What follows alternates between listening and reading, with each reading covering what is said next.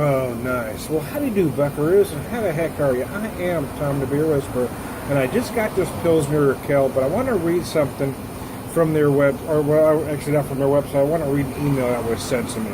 It's from Meg Pension. It says, I hope this note finds you well. I saw your recent post about Pilsners, and I wanted to reach out on behalf of Pilsner Urquell, first brewed 175 years ago.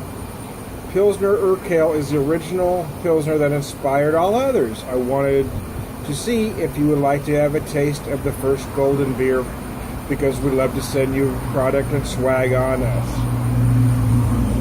Looking forward to hearing from you. Thanks, Meg. So that was very nice of her. Now I want to read just a little from their website. The Pilsner Urquell taste. While most lagers give away most of their taste profile in the front of the mouth, Pilsner Urquell only hints at its flavor there. Instead, it develops in the middle, followed by refreshing, clean finish and balanced aftertaste, practically inviting you to have another. How it tastes. The first sip, earthy, fresh bread aroma with hints of hops and honeysuckle. The main event, subtle malty sweetness with the caramel tones from our open flame triple decoction. Okay. I know a lot of American crafts don't do that with their Pilsners. How it tastes, closing moments. Pleasing bitterness from the Czech sauce hops. Czech sauce hops should provide a little bit of spiciness. Pepper-like notes. And let's go back to the beginning. Earthy, fresh bread aroma with hints of hops and honeysuckle. Yes, wow. It does have earthy, fresh bread aroma. Hints of hops and honeysuckle.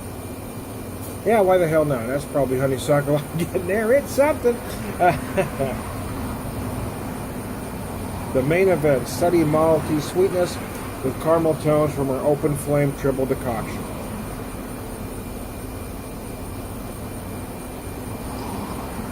Oh, nice. You do get more maltiness, these caramel-like notes due to the decoction.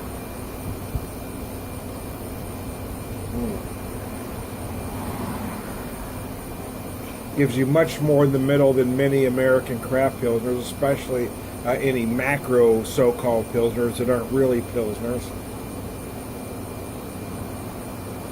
And then pleasing bitterness from the Czech hop. So let's have another drink, shall we? And we'll see.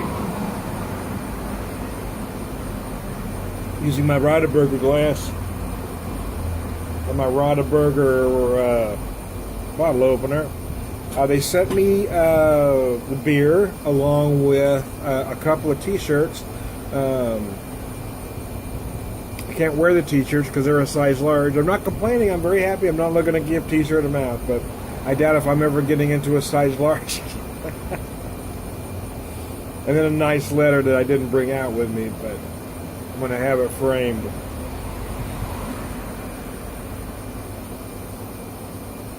It is. I do like the sauce hops, Czech sauce hops. It says you do have that nice earthy spiciness, those peppery-like notes that you get from a sauce.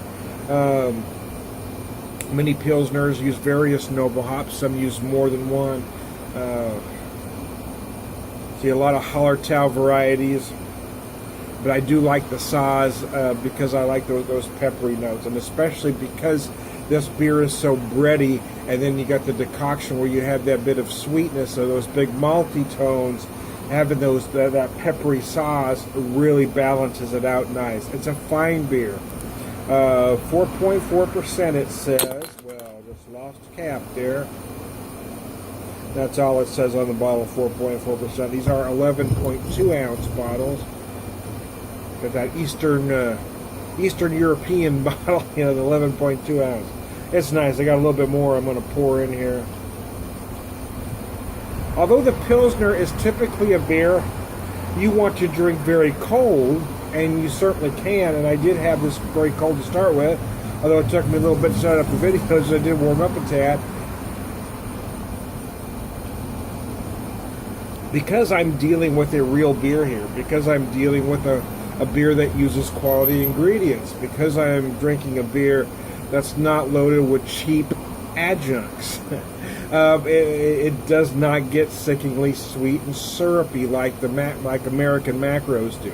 Although many might want this beer still at about 33, 34 degrees, it is fine at about 40 to 45 because you're dealing with a quality beer that doesn't lose flavor. In fact, at this warmer temperature I've got it, the nose really opens up more, where you really feel those bready notes that they talk about. I also feel I'm getting a lot of the caramel tones from the decoction on the nose as well.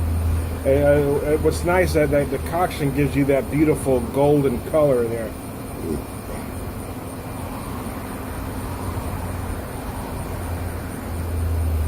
It's a process that you typically see in an Oktoberfest.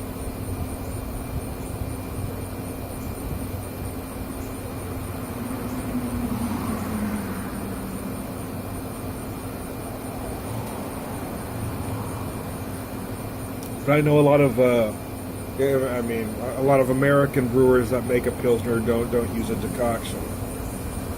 Don't decoct their beers, I guess is how I should put it. It's beautiful. I want to thank Meg for noticing. I love getting the product. Don't get me wrong. I love when I get the T-shirts, the glasses, the bottle openers, that kind of thing. But what I appreciate more than that is the notice, man. It's the letters that I received from Rotterberger and Pilsner Urquell actually mean more to me than the product themselves. It's nice when people appreciate what you do. What I do is, and I hate to keep repeating myself ad nauseum, but I don't consider what I do a beer review. I've never considered what I do a beer review because I talk about other things during the video. I don't just stick to the beer, so I've never considered myself a beer reviewer. But I am a guy that's been drinking beer for 30 years. So been drinking craft beer before it was known as craft beer. So, and I know young folks hate when us old guys say that because they want to think they're the ones that discovered craft beer. Got these, late 20 to 30 somethings that think they discovered craft beer when we were drinking it all along. But it's nice with Rotterberger, Pilsner Urquell, you have these classic beers.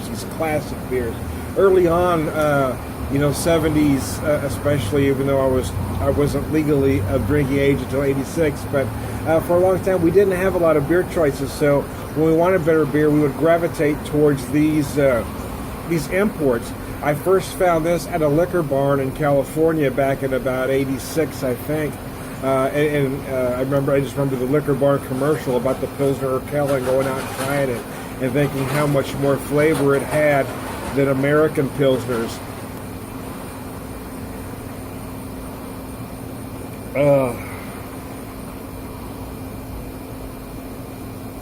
But I really did know what I was talking about back then. And here's the thing, you can always learn something else. Never pass yourself off as an expert, even if you really believe you are, because there's always something else you can learn. And that's one reason I don't refer to myself as a beer reviewer. I'm more of a beer enthusiast. I'm just a guy that loves beer. And again, it's just, I appreciate the notice that I've been getting lately. I'd like to say it's for all my hard work. What have I been doing? But drinking beer and press and play on my camera. So there you go. Hey, I am Tom the Beer Whisperer. Thanks again, Meg, and the folks at Pilsner Urquell. This really is a darn fine Pilsner, and I haven't had it in a while. And if you haven't had it in a while, it's one you should revisit, because I think it's going to surprise you. I am Tom the Beer Whisperer, a prolific beer drinker, BeerVangelist, Purveyor of Wisdom, and